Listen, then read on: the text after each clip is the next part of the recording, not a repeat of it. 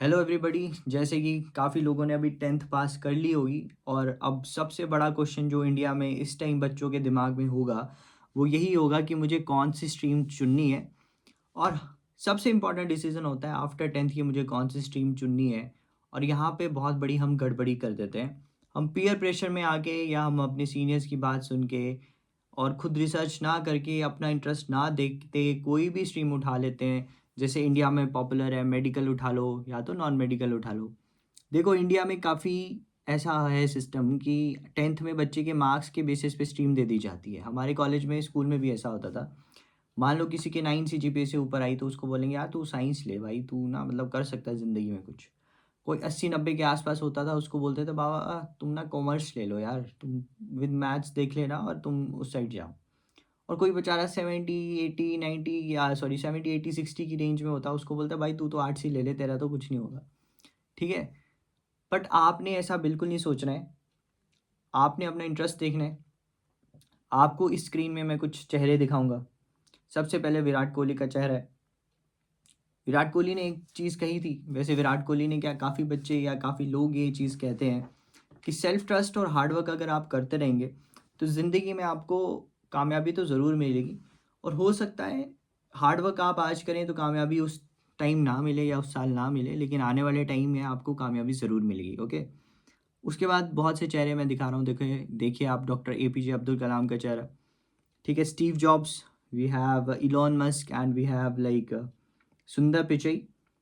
तो मैं आपको ना हर एक इंसान की स्टोरी से, मतलब ये जो इतने बड़े नाम हैं इनसे आप काफ़ी चीज़ें सीख सकते हो, है ना। अब सबसे पहले हम डॉक्टर एपीजे अब्दुल कलाम की बात करें तो डॉक्टर एपीजे अब्दुल कलाम के कोई बहुत अच्छे मार्क्स नहीं आते थे इन स्कूल लेवल।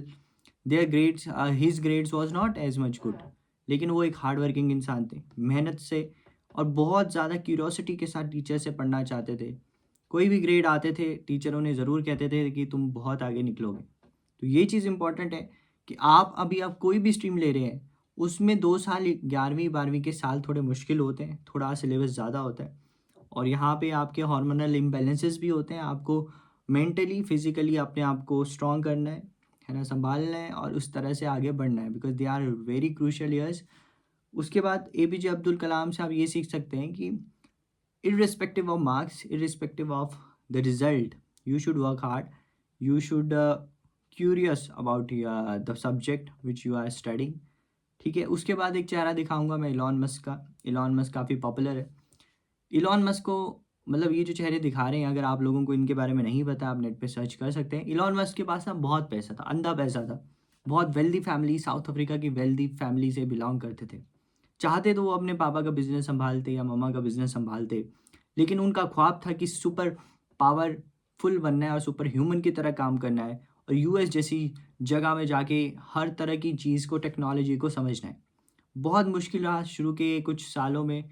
वो साउथ अफ्रीका से कनाडा गए, कनाडा से वो यूएस गए और यूएस में जाके उन्होंने एक हर साल अकॉर्डिंगली रिस्पेक्टिवली हर साल के बाद नई नई रिसर्च किए, स्टार्टअप्स किए, लाइक ट्विटर बनाया, स्पेस एक्स के बारे में पढ़ना अब क्या चीज़ है, टेस्ला जैसी कंपनी बनाई और उन्होंने इस तरह ग्रो किया और इस टाइम आपको पता ही है वो किस लेवल पे हैं इलॉन मस्क। तो आप उनसे सीख सकते हैं कि अ, उनके पास तो सब कुछ था, आपके पास भी हो सकता है सब कुछ हो, लेकिन अगर आप अपनी मेहनत की कमाई करेंगे, है ना, और खुद उस लेवल तक पहुँचेंगे तब आपको उसकी इम्पोर्टेंस और उसका हंगर आपको पता चलेगा।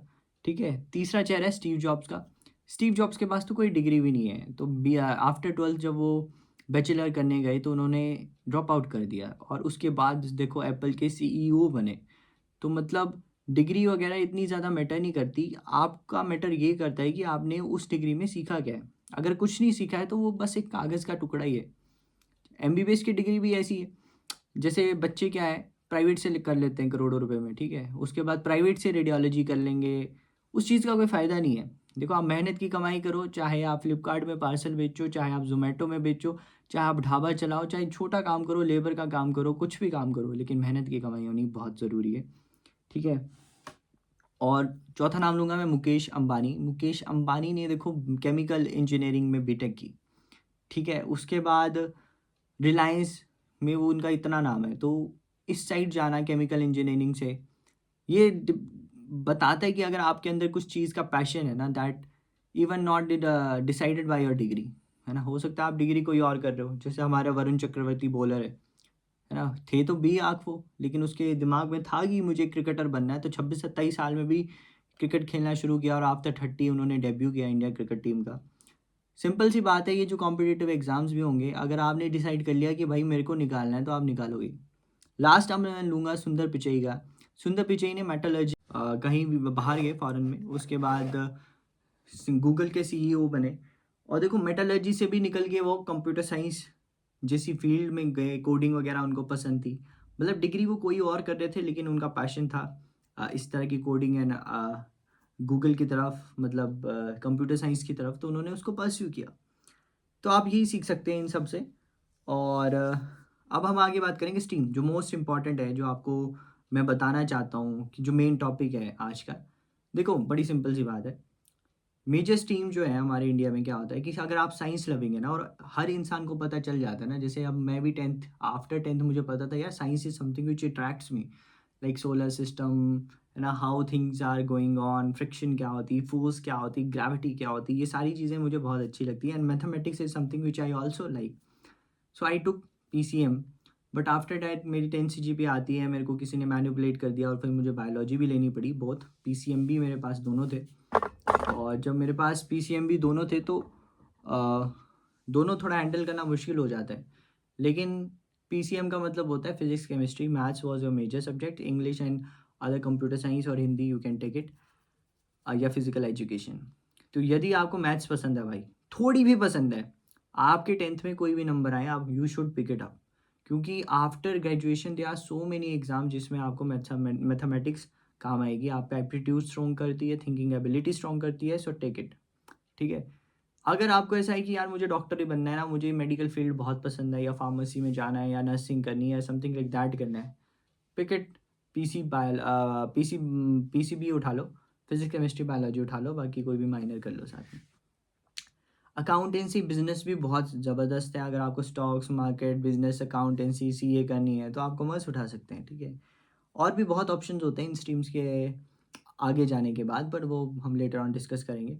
अगर आपको थोड़ा भी इंटरेस्ट है ना, लाइक ज्योग्राफी, इकोनॉमिक्स, आपको लिटरेचर पढ़ना पसंद है, राइटिंग आपको बहुत पसंद है, दूसरा हिस्ट्री में आप बहुत इंटरेस्ट रखते हैं कि लाइक सुल्तान, कौन से सुल्तान आए, कौन सी डायनेस्टी थी, क्या हुआ था, ठीक है, इस युग में क्या हुआ था, 1900 समथिंग में क्या हुआ था।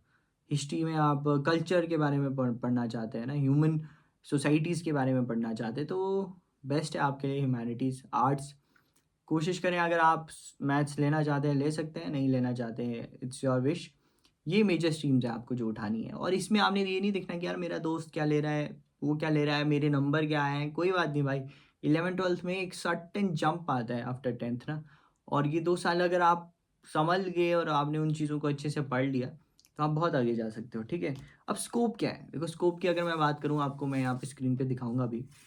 जैसे मान लो आपने PCM की ना, तो PCM करने के बाद आप क्या क्या बन सकते हो।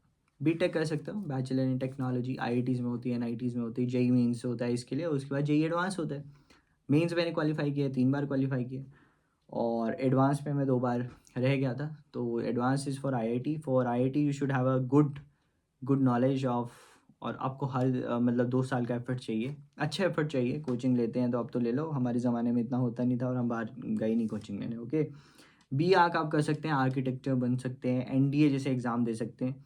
ठीक है, इजी एग्ज़ाम होता है NDA 12th के बाद, और आप कर सकते हैं। उसके बाद फिर आपकी ट्रेनिंग होती है, रिसर्च साइंटिस्ट आप बन सकते हैं।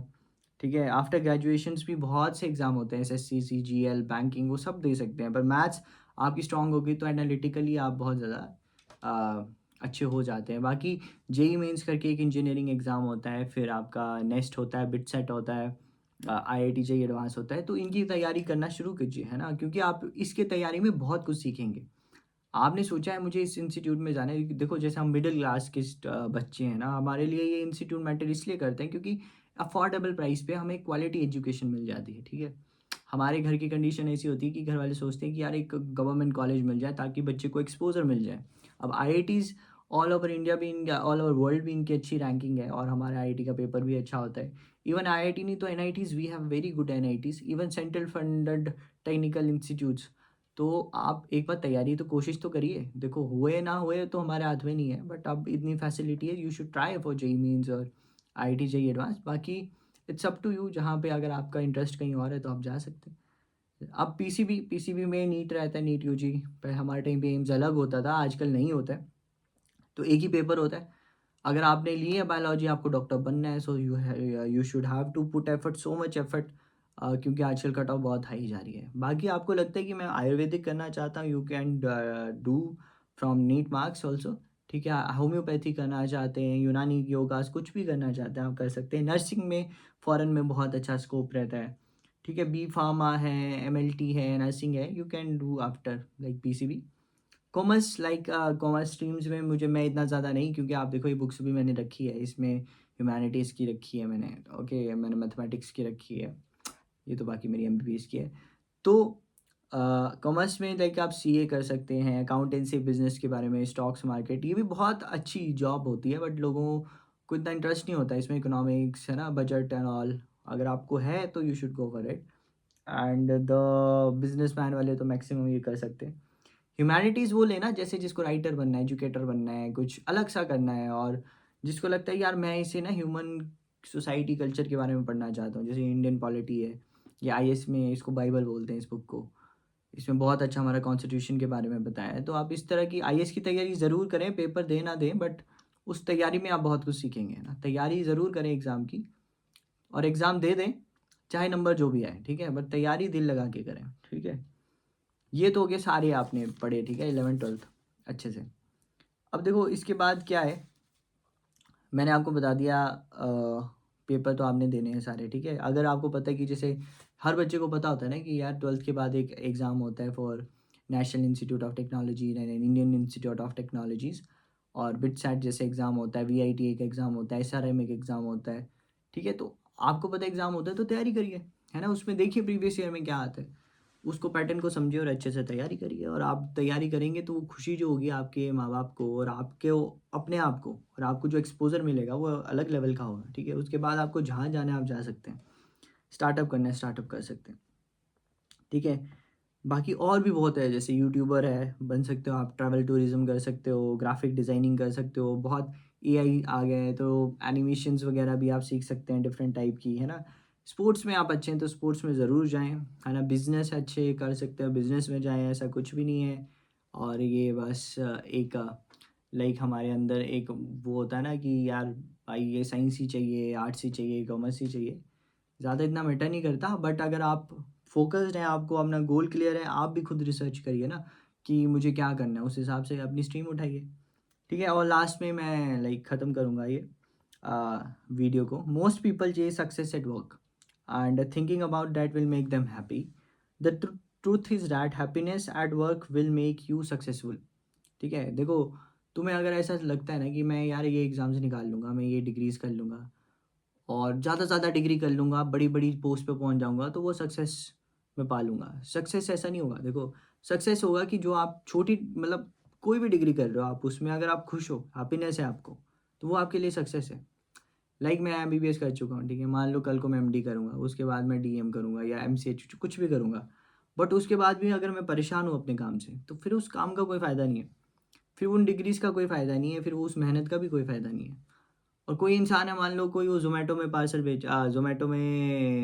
पार्सल डिलीवर कर रहा है, का खाना डिलीवर कर रहा है, इवन जो लेबरर है वो अपना काम कर रहा है, कोई बिजनेसमैन है वो काम कर रहा है, वो कोई शॉपकीपर है वो अपना ईमानदारी से काम कर रहा है, जो जूस बेचने वाला है वो बड़ी खुशी से जूस बेच रहा है, तो he is more successful than me, ठीक है। मेरे पास ज़रूर डिग्रियाँ ज़्यादा होगी, बट वो जो खुशी है वो आपके पास होनी चाहिए, ठीक है।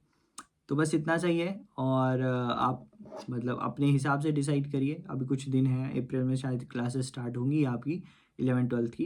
एंड अपने लेस टाइट कीजिए, बिकॉज़ ये 2 साल थोड़े मुश्किल होते हैं। इसमें कोशिश करिए अपना हेल्थ का भी ध्यान रखिए, बट थोड़ी स्टडीज़ ज़्यादा करिए, because these 2 years are more important. जितना आप इसमें एफर्ट डालेंगे वो आने वाले टाइम में आपको कम स्ट्रगल करना पड़ेगा। अगर आप यहाँ पे तो ज़्यादा मज़ा कर लेंगे तो आने वाले टाइम में ज़्यादा स्ट्रगल है। Okay, thank you.